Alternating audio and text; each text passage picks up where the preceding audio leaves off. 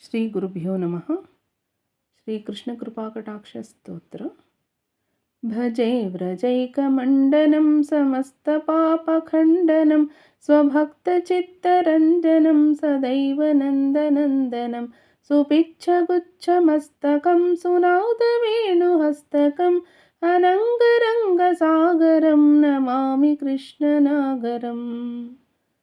मनोजगर्वमोचनं विशाललोललोचनं विधूतगोपशोचनं नमामि पद्मलोचनं करारविन्दभूधरं स्मितावलोकसुन्दरं महेन्द्रमानधारणं नमामि कृष्णवारणम्। कदम्बसूनकुण्डलं सुचारुगण्डमण्डलं व्रजाङ्गनैकवल्लभं नमामि कृष्णदुर्लभं। यशोदया समोदया सगोपया सनन्दया युतं सुखैकदायकं नमामि गोपनायकम्। सदैव पादपङ्कजं मदीयमानसे निजं दधानमुक्तमालकं नमामि नन्दबालकम्। समस्तदोषशोषणं समस्तलोकपोषणं समस्तगोपमानसं नमामि नन्दलालसम्। भुवो भरावतारकं भवाब्धिकर्णधारकं यशोमतीकिशोरकं नमामि चित्तचोरकम्। दृगन्तकान्तभङ्गिनं सदा सदालिसङ्गिनं दिने दिने नवं नवं नमामि नन्दसम्भवम्। गुणाकरं सुखाकरं कृपाकरं कृपावरं सुरद्विषन्निकन्दनं नमामि गोपनन्दनम्।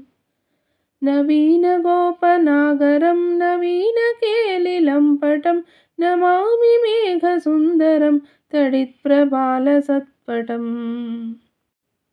समस्तगोपनन्दनं मृदम्बुजैकमोहनं नमामि कुञ्जमध्यगं प्रपन्नभानुशोभनं निकामकामदायकं दृगन्तचारुसायकं रसालवेणुगायकं नमामि कुञ्जनायकम्।